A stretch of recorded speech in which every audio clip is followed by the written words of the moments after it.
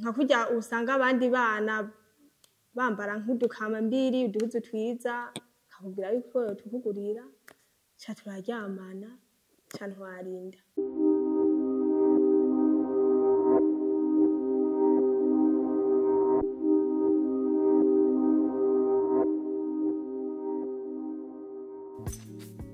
Hama nari umunyeshure niga mu w'13 nkundana n'umuhungu.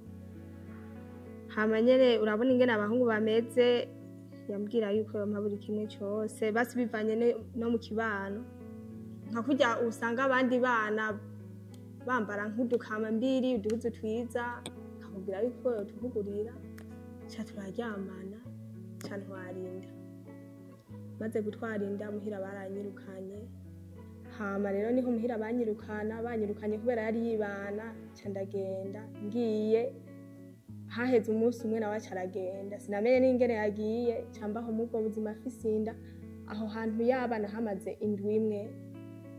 Umukobwa ari hano yari ahapanze w'umunyeshure niwe yamfasha kungaburira ivyo fungura nyene. Mu nyuma nyene ndasaba ikigongwe muhira baransubiza muhira bavuga ati igito gitabwa iwabo ca ndataha.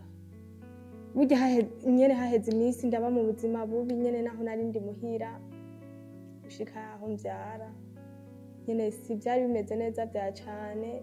Mu nyuma niho narose agatahe ca ndadandaza udusambusha ndonka kwibeshaho n'umwana buke. Maze kuvyara sinari sungurira ivyo guhekesha umwana, amavuta yo kumusiga nyene ibibazo nk'ivyo. Umwana amaze no kurya sinashoboye kuronka birya bindi abana babaha ngo anywa kabuyi basi dufatire ko umwana arya utwamwa, yarya ivyo turiye ari bijumba ari ubugari yafata ivyo nyene. Umuntu yarinteye nyene mu nyuma yarandikishije umwana mugabo inyuma yaho nta kintu cy'umwana yari yampaye, narinze mbyara ataje no kundaba. Mu nyuma nyene abonye umwana yakuze niho yaje. Ubu nyene mbayeho mu buzima busanzwe ndadandaza basi gutwara imbanyi kw'abajene ubu kubwishi kwa kundi nyene nakubwira ko wanje nabona ngo nakatwo dukambambiri yambaye impaka nanje ndaturonka. Uko kuturonka kwabo aca agenda kurondera ubutumuha. Nje iyo nza kuronka inyigisho njewe ku bwanje ntaratwarinda. Abajene bose boba bakiri mu bujene bataravyara no bahanurira kwihangana. Ikirenze kw'ivyo abahungu baje kubaraba bababwiye ivyo bababwira bagahakana impakano ya oya irabereye yonyene.